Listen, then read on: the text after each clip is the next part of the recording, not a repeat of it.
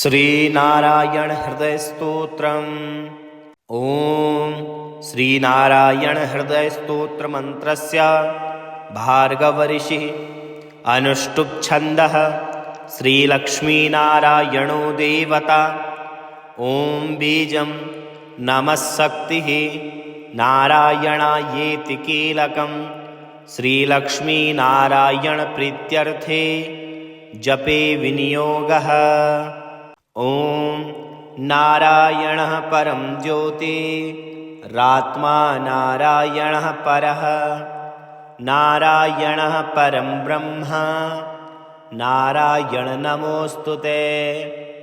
नारायणः परो देवो धाता नारायणः परः नारायणः परो धाता नारायण नमोस्तुते। नारायणः परं धाम ध्यानं नारायणः परः नारायण परो धर्मो नारायण नमोस्तुते। नारायणः परो वेद्यः विद्यां नारायणः परः विश्वं नारायणः साक्षान् नारायण नमोस्तुते। नारायणाद्विभिर्जातो जातो नारायणाद्भवः जातो नारायणादिन्द्रो नारायण नमोस्तुते। रविर्नारायणस्तेजः चन्द्रो नारायणो महः वह्नि नारायणः साक्षान् नारायण नमोस्तुते। नारायणः उपास्यः स्यात् गुरुर्नारायणः परः नारायणः परो बोधो नारायण नमोस्तुते। नारायणः फलं मुख्यं सिद्धिर्नारायणः सुखं शोभ्यो नारायणः शुद्धो नारायण नमोस्तुते। नारायण त्वमेवासि दहराख्ये हृदि संस्थितः प्रेरकः प्रीयमाणानां त्वया प्रेरितमानसः त्वदाज्ञां शिरसा धृत्वा जपामि जनपावनं नानोपासनमार्गाणां भवत्कृद्भावबोधकः भावार्थकृद्भवातीतो भवसौख्यप्रदो मम त्वन्मायामोहितं विश्वं त्वय्येवं परिकल्पितं त्वद्धिष्ठानमात्रेण सा मे सर्वार्थकारिणी। त्वमेतां च पुरस्कृत्य सर्वकामान् प्रदर्शय। न मे त्वदन्यस्तास्ति त्वदन्यन्न हि दैवतं त्वदन्यं न हि जानामि पालकं पुण्यवर्धनं। यावत् संसारिको भावो मनस्थो भावनात्मकः तावत् सिद्धिर्भवेत्साध्या सर्वथा सर्वदा विभो। पापिनाहमेवाग्र्यो दयालूनां त्वमग्रणी दयनीयो मदन्योऽस्ति तव कोऽत्र जगत्त्रये। त्वयाहं नैव सृष्टश्चेन् नश्यावत्तव दयालुता आमयो वा न सृष्टश्चे दोषधस्य वृथोदयः। पापसङ्घपरिश्रान्तः पापात्मा पापरूपधे त्वदन्यः कोऽत्र प्रापेभ्यः त्रास्तास्ति जगतीतले। त्वमेव माता च पिता त्वमेव त्वमेव बन्धुः च सखा त्वमेव त्वमेव सेव्यश्च गुरुस्त्वमेव त्वमेव सर्वं मम देवदेव। प्रार्थनादशकं चैव मूलाष्टकमतः परं यः पठेत् शृणुयां नित्यं तस्य लक्ष्मीस्थिरो भवेत्। नारायणस्य हृदयं सर्वाभीष्टफलप्रदं लक्ष्मीहृदयकं स्तोत्रं यदि चेद्विनाकृतं तत्सर्वं निष्फलं प्रोक्तं लक्ष्मीकृद्यति सर्वदा। एतत् संकलितं स्तोत्रं सर्वकामफलप्रदं लक्ष्मीहृदयकं चैव तथा नारायणात्मकं जपेद्यः सङ्कलीकृत्य सर्वाभीष्टमवाप्नुयात्। नारायणस्य हृदय मादौ जप्त्वा ततः परं लक्ष्मीहृदयकं स्तोत्रं जपे नारायणं पुनः पुनर्नारायणः जप्त्वा पुनर्लक्ष्मीनुति जपेत्। पुनर्नारायणं जाप्यं सङ्कलीकरणं भवेत्। एवं मध्ये द्विवारेण जपेत् सङ्कलितं तु तत् लक्ष्मीहृदयकं स्तोत्रं सर्वकामप्रकाशितं। यद्वज्पादिकं कुर्यात् तत्सङ्कलितं शुभं सर्वान् कामान् वाप्नोति आधिव्याधिभयं हरेत्। गोप्यमेतत् सदा कुर्यान् सर्वत्र प्रकाशते इति गुह्यतमं शास्त्रं प्राप्तं ब्रह्मादिकैः पुरा। तस्मात् सर्वं प्रयत्नेन गोप्ययेत् साधयेत् सुधे। यत्रैस्तत्पुस्तकं तिष्ठे लक्ष्मीनारायणात्मकं भूतपेचासवेताल भयं नैव तु सर्वदा। लक्ष्मीहृदयकं प्रोक्तं विधीनां साधयेत् सुधे। भृगुवारे च रात्रौ च पूजयेत् पुस्तकद्वयं सर्वथा सर्वदा सत्यं गोप्ये साधयेत् सुधे। गोपनात् साधना लोके धन्यो भवति तत्त्वतः। ॐ श्रीनारायण हृदय स्तोत्र मंत्रस्य भार्गवऋषिः अनुष्टुप् छन्दः श्रीलक्ष्मीनारायणो देवता। ॐ बीजं नमः शक्तिः नारायणायेति कीलकं श्रीलक्ष्मीनारायण प्रीत्यर्थे जपे विनियोगः। ॐ नारायणः परं ज्योतिरात्मा नारायणः परः नारायणः परं ब्रह्म नारायण नमोऽस्तुते। नारायणः परो देवो धाता नारायणः परः नारायणः परो धाता नारायण नमोऽस्तुते। नारायणः परं धाम ध्यानं नारायणः परः नारायण परो धर्मो नारायण नमोऽस्तुते। नारायणः परो वैद्यः विद्यां नारायणः परः विश्वं नारायणः साक्षात् नारायण नमोऽस्तुते।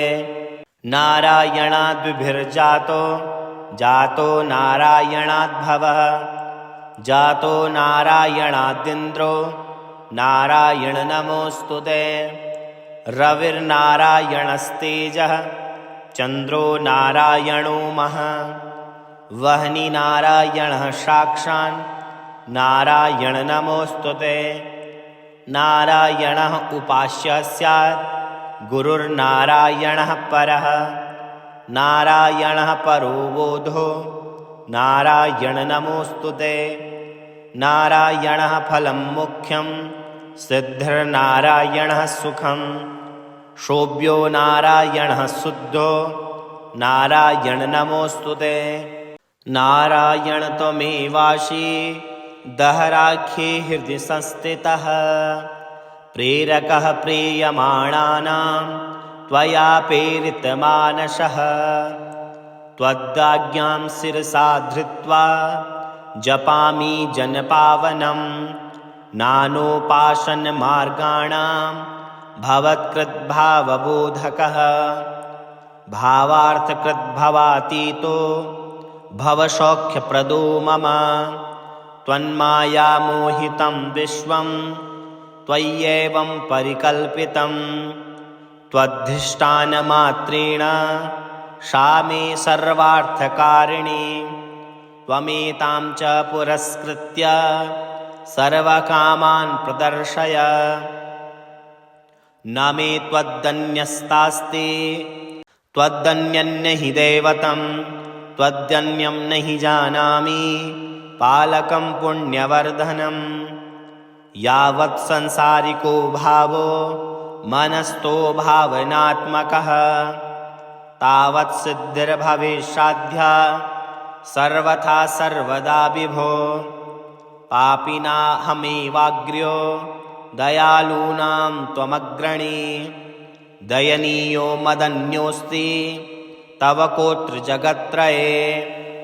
त्वयाहं नैव सृष्टश्चेन्नश्यावत्तव दयालुता। आमयो वा न सृष्टश्चे दोषधस्य वृथोदयः। पापसङ्घपरिश्रान्तः पापात्मा पापरूपधे। त्वदन्यः कोत्र प्रापेभ्यः त्रास्तास्ति जगतीतले। त्वमेव माता च पिता त्वमेव बन्धु च सखा त्वमेव सेव्यश्च गुरुस्त्वमेव सर्वं मम देव। प्रार्थनादशकं चैव मूलाष्टकमतः परं। यः पठेत् शृणुयां नित्यं तस्य लक्ष्मीस्थिरो भवेत्। नारायणस्य हृदयं सर्वाभीष्टफलप्रदं। लक्ष्मीहृदयकं स्तोत्रं यदि चेद्विना कृतं तत्सर्वं निष्फलं प्रोक्तं। लक्ष्मीकृद्यति सर्वदा एतत् सङ्कलितं स्तोत्रं सर्वकामफलप्रदं। लक्ष्मीहृदयकं चैव तथा नारायणात्मकं। जपेद्यः सङ्कलीकृत्य सर्वाभीष्टमवाप्नुयात्। नारायणस्य हृदयमादौ जप्त्वा ततः परं लक्ष्मीहृदयकं स्तोत्रं जपे नारायणं पुनः। पुनर्नारायणं जप्त्वा पुनर्लक्ष्मीनुति जपेत्। पुनर्नारायणं जाप्यं सङ्कलीकरणं भवेत्। एवं मध्ये द्विवारेण जपेत् सङ्कलितं तु तत्। लक्ष्मीहृदयकं स्तोत्रं सर्वकामप्रकाशितं। यद्वज्पादिकं कुर्यात् तत्सङ्कलितं शुभं। सर्वान् कामान् वाप्नोति आधिव्याधिभयं हरेत्। गोप्यमेतत् सदा कुर्यान् सर्वत्र प्रकाशते। इति गुह्यतमं शास्त्रं प्राप्तं ब्रह्मादिकैः पुरा। तस्मात् सर्वं प्रयत्नेन गोप्ययेत् साधयेत् सुधे। यत्रैस्तत्पुस्तकं तिष्ठे लक्ष्मीनारायणात्मकं। भूतपेचासवेताल भयं नैव तु सर्वदा। लक्ष्मीहृदयकं प्रोक्तं विधीनां साधयेत् सुधे। भृगुवारे च रात्रौ च पूजयेत् पुस्तकद्वयं। सर्वथा सर्वदा सत्यं गोप्ये साधयेत् सुधे। गोपनात् साधना लोके धन्यो भवति तत्त्वतः। ॐ श्रीनारायणहृदयस्तोत्रमन्त्रस्य भार्गवऋषिः अनुष्टुप् छन्दः। श्रीलक्ष्मीनारायणो देवता। ॐ बीजं नमः शक्तिः नारायणायेति कीलकं। श्रीलक्ष्मीनारायणप्रीत्यर्थे जपे विनियोगः। ॐ नारायणः परं ज्योतिरात्मा नारायणः परः। नारायणः परं ब्रह्म नारायण नमोऽस्तुते। नारायणः परो देवो धाता नारायणः परः। नारायणः परो धाता नारायण नमोऽस्तुते। नारायणः परं धाम ध्यानं नारायणः परः। नारायण परो धर्मो नारायण नमोऽस्तुते। नारायणः परो वेद्यः विद्यां नारायणः परः। विश्वं नारायणः साक्षान् नारायण नमोऽस्तुते। नारायणाद्विभिर्जातो जातो नारायणाद्भवः। जातो नारायणादिन्द्रो नारायण नमोऽस्तुते। रविर्नारायणस्तेजः चन्द्रो नारायणो महः। वह्नि नारायणः साक्षान् नारायण नमोऽस्तुते। नारायणः उपास्य स्यात् गुरुर्नारायणः परः। नारायणः परो बोधो नारायण नमोऽस्तुते। नारायणः फलं मुख्यं सिद्धिर्नारायणः सुखं। शोभ्यो नारायणः शुद्धो नारायण नमोऽस्तुते। नारायण त्वमेवासि दहराख्ये हृदि संस्थितः। प्रेरकः प्रीयमाणानां त्वया प्रेरितमानसः। त्वदाज्ञां शिरसा धृत्वा जपामि जनपावनं। नानोपासनमार्गाणां भवत्कृद्भावबोधकः। भावार्थकृद्भवातीतो भवसौख्यप्रदो मम। त्वन्मायामोहितं विश्वं त्वय्येवं परिकल्पितं। त्वद्धिष्ठानमात्रेण सा मे सर्वार्थकारिणी। त्वमेतां च पुरस्कृत्य सर्वकामान् प्रदर्शय। न मे त्वदन्यस्तास्ति त्वदन्यन्न हि दैवतं।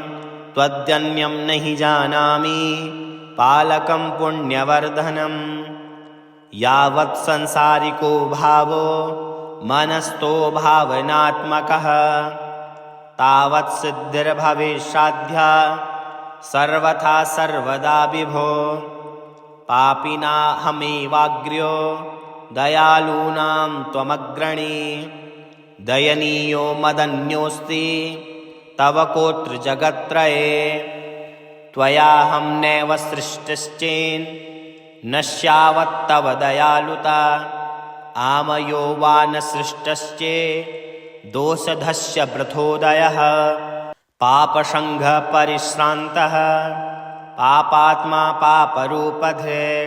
त्वदन्यः कोऽत्र प्रापेभ्यः त्रास्तास्ति जगतीतले। त्वमेव माता च पिता त्वमेव त्वमेव बन्धु च सखा त्वमेव। त्वमेव सेव्यश्च गुरुस्त्वमेव त्वमेव सर्वं मम देवदेव। प्रार्थनादशकं चैव मूलाष्टकमतः परं। यः पठेत् शृणुयां नित्यं तस्य लक्ष्मीस्थिरो भवेत्। नारायणस्य हृदयं सर्वाभीष्टफलप्रदं। लक्ष्मीहृदयकं स्तोत्रं यदि चेद्विना कृतं तत्सर्वं निष्फलं प्रोक्तं। लक्ष्मीकृद्यति सर्वदा एतत् सङ्कलितं स्तोत्रं सर्वकामफलप्रदं। लक्ष्मीहृदयकं चैव तथा नारायणात्मकं। जपेद्यः सङ्कलीकृत्य सर्वाभीष्टमवाप्नुयात्। नारायणस्य हृदय मादौ जप्त्वा ततः परं लक्ष्मीहृदयकं स्तोत्रं जपे नारायणं पुनः। पुनर्नारायणः जप्त्वा पुनर्लक्ष्मीनुति जपेत्।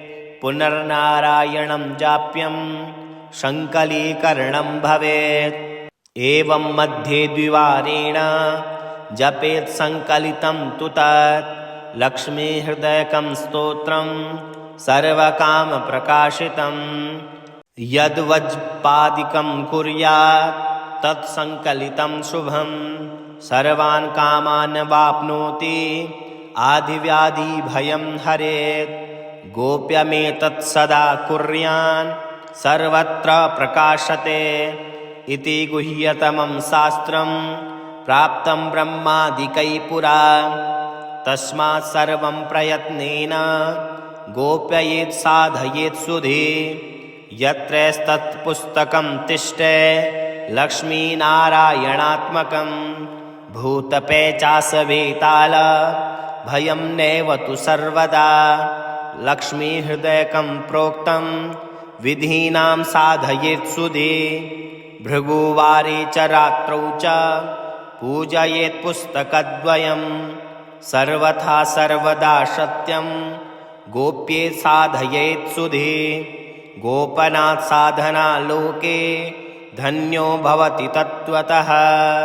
ॐ श्रीनारायण हृदय स्तोत्र मंत्रस्य भार्गव ऋषिः अनुष्टुप् छन्दः श्रीलक्ष्मीनारायणो देवता। ॐ बीजं नमः शक्तिः नारायणायेति कीलकं श्रीलक्ष्मीनारायण प्रीत्यर्थे जपे विनियोगः। ॐ नारायणः परं ज्योतिरात्मा नारायणः परः नारायणः परं ब्रह्म नारायण नमोऽस्तुते नारायणः परो देवो धाता नारायणः परः नारायणः परो धाता नारायण नमोऽस्तुते नारायणः परं धाम ध्यानं नारायणः परः नारायण परो धर्मो नारायण नमोऽस्तुते नारायणः परो वेद्यः विद्यां नारायणः परः विश्वं नारायणः साक्षान् नारायण नमोऽस्तुते नारायणाद्विभिर्जातो जातो नारायणाद्भवः जातो नारायणादिन्द्रो नारायण नमोऽस्तुते रविर्नारायणस्तेजः चन्द्रो नारायणो महः वह्नि नारायणः साक्षान् नारायण नमोऽस्तुते नारायणः उपास्यः स्यात् गुरुर्नारायणः परः नारायणः परो बोधो नारायण नमोऽस्तुते नारायणः फलं मुख्यं सिद्धिर्नारायणः सुखं शोभ्यो नारायणः शुद्धो नारायण नमोऽस्तुते नारायण त्वमेवासि दहराख्ये हृदि संस्थितः प्रेरकः प्रीयमाणानां त्वया प्रेरितमानसः त्वदाज्ञां शिरसा धृत्वा जपामि जनपावनं नानोपासनमार्गाणां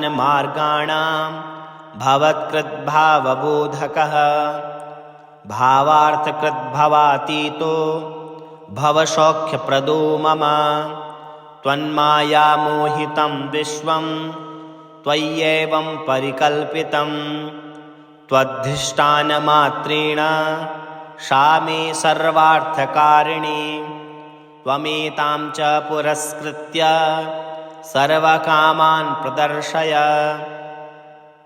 न मे त्वदन्यस्तास्ति त्वदन्यन्न हि दैवतं त्वदन्यं न हि जानामि पालकं पुण्यवर्धनं यावत् संसारिको भावो मनस्थो भावनात्मकः तावत् सिद्धिर्भवेत्साध्या सर्वथा सर्वदा विभो पापिनाहमेवाग्र्यो दयालूनां त्वमग्रणी दयनीयो मदन्योऽस्ति तव कोत्र जगत्त्रये त्वयाहं नैव सृष्टश्चेन् नश्यावत्तव दयालुता आमयो वा न सृष्टश्चे दोषधस्य वृथोदयः पापसङ्घपरिश्रान्तः पापात्मा पापरूपधे त्वदन्यः कोत्र प्रापेभ्यः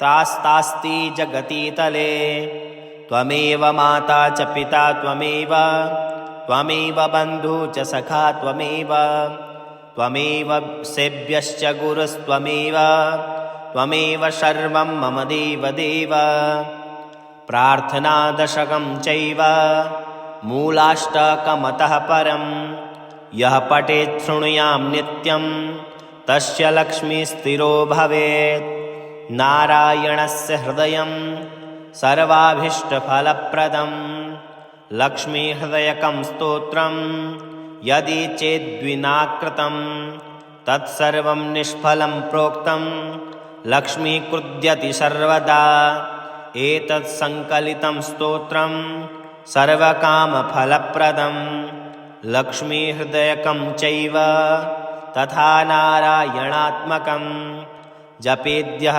संकलीकृत्य सर्वाभीष्टमवाप्नुयात् नारायणस्य हृदय मादौ जप्त्वा ततः परं लक्ष्मीहृदयकं स्तोत्रं जपे नारायणं पुनः पुनर्नारायणः जप्त्वा पुनर्लक्ष्मीनुति जपेत् पुनर्नारायणं जाप्यं संकलीकरणं भवेत् एवं मध्ये द्विवारेण जपेत् संकलितं तु तत् लक्ष्मीहृदयकं स्तोत्रं सर्वकामप्रकाशितं यद्वज्पादिकं कुर्यात् तत्संकलितं शुभं सर्वान् कामान् वाप्नोति आधिव्याधिभयं हरेत् गोप्यमेतत् सदा कुर्यान् सर्वत्र प्रकाशते इति गुह्यतमं शास्त्रं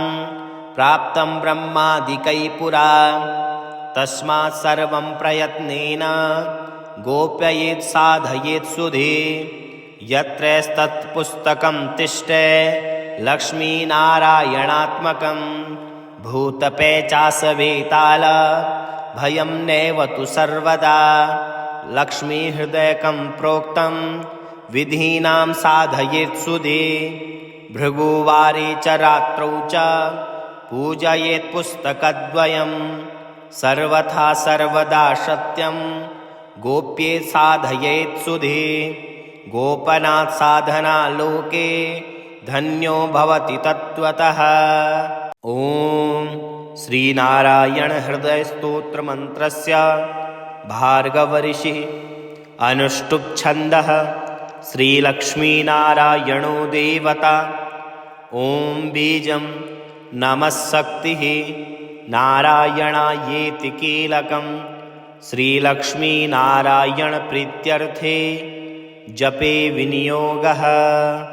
ॐ नारायणः परं ज्योतिरात्मा नारायणः परः नारायणः परं ब्रह्म नारायण नमोऽस्तुते नारायणः परो देवो धाता नारायणः परः नारायणः परो धाता नारायण नमोऽस्तुते नारायणः परं धाम ध्यानं नारायणः परः नारायण परो धर्मो नारायण नमोऽस्तुते नारायणः परो वेद्यः विद्यां नारायणः परः विश्वं नारायणः साक्षान् नारायण नमोऽस्तुते नारायणाद्विभिर्जातो जातो नारायणाद्भवः जातो नारायणादिन्द्रो नारायण नमोऽस्तुते रविर्नारायणस्तेजः चन्द्रो नारायणो महः वह्नि नारायणः साक्षान् नारायण नमोऽस्तुते नारायणः उपास्य स्यात् गुरुर्नारायणः परः नारायणः परो बोधो नारायण नमोऽस्तुते नारायणः फलं मुख्यं सिद्धिर्नारायणः सुखं शोभ्यो नारायणः शुद्धो नारायण नमोऽस्तुते नारायण त्वमेवासि दहराख्ये हृदि संस्थितः प्रेरकः प्रीयमाणानां त्वया प्रेरितमानसः त्वदाज्ञां शिरसा धृत्वा जपामि जनपावनं नानोपासनमार्गाणां भवत्कृद्भावबोधकः भावार्थकृद्भवातीतो भवसौख्यप्रदो मम त्वन्मायामोहितं विश्वं त्वय्येवं परिकल्पितं त्वद्धिष्ठानमात्रेण सा मे सर्वार्थकारिणी त्वमेतां च पुरस्कृत्य सर्वकामान् प्रदर्शय। न मे त्वदन्यस्तास्ति त्वदन्यन्न हि दैवतं त्वदन्यं न हि जानामि पालकं पुण्यवर्धनम्। यावत् संसारिको भावो मनस्तो भावनात्मकः तावत् सिद्धिर्भविष्याद्या सर्वथा सर्वदा विभो। पापिनाहमेवाग्र्यो दयालूनां त्वमग्रणी दयनीयो मदन्योऽस्ति तव कोत्र जगत्त्रये। त्वयाहं नैव सृष्टिश्चेन् नश्यावत्तव दयालुता आमयो वा न सृष्टश्चे दोषधस्य वृथोदयः। पापसङ्घपरिश्रान्तः पापात्मा पापरूपधे त्वदन्यः कोत्र प्रापेभ्यः त्रास्तास्ति जगतीतले। त्वमेव माता च पिता त्वमेव त्वमेव बन्धु च सखा त्वमेव त्वमेव सेव्यश्च गुरुस्त्वमेव त्वमेव सर्वं मम देवदेव। प्रार्थनादशकं चैव मूलाष्टकमतः परं यः पठेत् शृणुयां नित्यं तस्य लक्ष्मीस्थिरो भवेत्। नारायणस्य हृदयं सर्वाभीष्टफलप्रदं लक्ष्मीहृदयकं स्तोत्रं यदि चेद्विनाकृतं तत्सर्वं निष्फलं प्रोक्तं लक्ष्मीकृद्यति सर्वदा। एतत् संकलितं स्तोत्रं सर्वकामफलप्रदं लक्ष्मीहृदयकं चैव तथा नारायणात्मकं जपेद्यः संकलीकृत्य सर्वाभीष्टमवाप्नुयात्। नारायणस्य हृदय मादौ जप्त्वा ततः परं लक्ष्मीहृदयकं स्तोत्रं जपे नारायणं पुनः पुनर्नारायणः जप्त्वा पुनर्लक्ष्मीनुति जपेत्। पुनर्नारायणं जाप्यं संकलीकरणं भवेत्। एवं मध्ये द्विवारेण जपेत् संकलितं तु तत् लक्ष्मीहृदयकं स्तोत्रं सर्वकामप्रकाशितं। यद्वज्पादिकं कुर्यात् तत्संकलितं शुभं सर्वान् कामान् वाप्नोति आधिव्याधिभयं हरेत्। गोप्यमेतत् सदा कुर्यान् सर्वत्र प्रकाशते इति गुह्यतमं शास्त्रं प्राप्तं ब्रह्मादिकैः पुरा। तस्मात् सर्वं प्रयत्नेन गोप्ययेत् साधयेत् सुधि। यत्रैस्तत्पुस्तकं तिष्ठे लक्ष्मीनारायणात्मकं भूतपेचासवेताल भयं नैव तु सर्वदा। लक्ष्मीहृदयकं प्रोक्तं विधीनां साधयेत् सुधि। भृगुवारे च रात्रौ च पूजयेत् पुस्तकद्वयं सर्वथा सर्वदा सत्यं गोप्ये साधयेत् सुधि। गोपनात् साधना लोके धन्यो भवति तत्त्वतः। ॐ श्रीनारायण हृदय स्तोत्र मंत्रस्य भार्गवऋषिः अनुष्टुप् छन्दः श्रीलक्ष्मीनारायणो देवता। ॐ बीजं नमः शक्तिः नारायणायेति कीलकं श्रीलक्ष्मीनारायणप्रीत्यर्थे जपे विनियोगः। ॐ नारायणः परं ज्योतिरात्मा नारायणः परः नारायणः परं ब्रह्म नारायण नमोऽस्तुते। नारायणः परो देवो धाता नारायणः परः नारायणः परो धाता नारायण नमोऽस्तुते। नारायणः परं धाम ध्यानं नारायणः परः नारायण परो धर्मो नारायण नमोऽस्तुते। नारायणः परो वेद्यः विद्यां नारायणः परः विश्वं नारायणः साक्षात् नारायण नमोऽस्तुते। नारायणाद्विभिर्जातो जातो नारायणाद्भवः जातो नारायणादिन्द्रो नारायण नमोऽस्तुते। रविर्नारायणस्तेजः चन्द्रो नारायणो महः वह्नि नारायणः साक्षात् नारायण नमोऽस्तुते। नारायणः उपास्य स्यात् गुरुर्नारायणः परः नारायणः परो बोधो नारायण नमोऽस्तुते। नारायणः फलं मुख्यं सिद्धिर्नारायणः सुखं शोभ्यो नारायणः शुद्धो नारायण नमोऽस्तुते। नारायण त्वमेवासि दहराख्ये हृदि संस्थितः प्रेरकः प्रीयमाणानां त्वया प्रेरितमानसः त्वदाज्ञां शिरसा धृत्वा जपामि जनपावनं नानोपासनमार्गाणां भवत्कृद्भावबोधकः भावार्थकृद्भवातीतो भवसौख्यप्रदो मम त्वन्मायामोहितं विश्वं त्वय्येवं परिकल्पितं त्वद्धिष्ठानमात्रेण सा मे सर्वार्थकारिणी त्वमेतां च पुरस्कृत्य सर्वकामान् प्रदर्शय।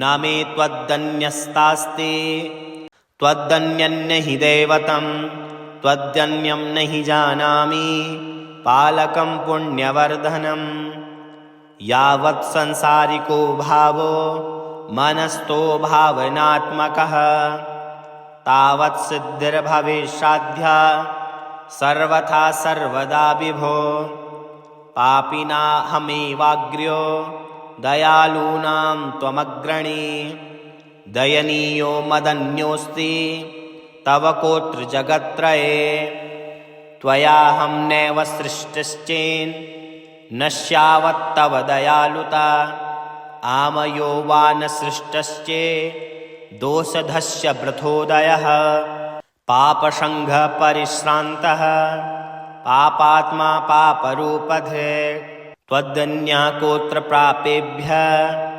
त्रास्तास्ति जगतीतले त्वमेव माता च पिता त्वमेव त्वमेव बन्धु च सखा त्वमेव त्वमेव सेव्यश्च गुरुस्त्वमेव त्वमेव सर्वं मम देवदेव प्रार्थनादशकं चैव मूलाष्टकमतः परं यः पठेत् शृणुयां नित्यं तस्य लक्ष्मीस्थिरो भवेत् नारायणस्य हृदयं सर्वाभीष्टफलप्रदं लक्ष्मीहृदयकं स्तोत्रं यदि चेद्विना कृतं तत्सर्वं निष्फलं प्रोक्तं लक्ष्मीकृद्यति सर्वदा एतत् संकलितं स्तोत्रं सर्वकामफलप्रदं लक्ष्मीहृदयकं चैव तथा नारायणात्मकं जपेद्यः संकलीकृत्य सर्वाभीष्टमवाप्नुयात् नारायणस्य हृदय मादौ जप्त्वा ततः परं लक्ष्मीहृदयकं स्तोत्रं जपे नारायणं पुनः पुनर्नारायणः जप्त्वा पुनर्लक्ष्मीनुति जपेत् पुनर्नारायणं जाप्यं संकलीकरणं भवेत् एवं मध्ये द्विवारेण जपेत् संकलितं तु तत् लक्ष्मीहृदयकं स्तोत्रं सर्वकामप्रकाशितं यद्वज्पादिकं कुर्यात् तत्संकलितं शुभं सर्वान् कामान् वाप्नोति आधिव्याधिभयं हरेत् गोप्यमेतत् सदा कुर्यान् सर्वत्र प्रकाशते इति गुह्यतमं शास्त्रं प्राप्तं ब्रह्मादिकै पुरा तस्मात् सर्वं प्रयत्नेन गोप्ययेत् साधयेत् सुधे यत्रैस्तत्पुस्तकं तिष्ठे लक्ष्मीनारायणात्मकं भूतपेचासवेताल भयं नैव तु सर्वदा लक्ष्मीहृदयकं प्रोक्तं विधीनां साधयेत् सुधे भृगुवारे च रात्रौ च पूजयेत् पुस्तकद्वयं सर्वथा सर्वदा सत्यं गोप्येत् साधयेत् सुधे गोपनात् साधना लोके धन्यो भवति तत्त्वतः।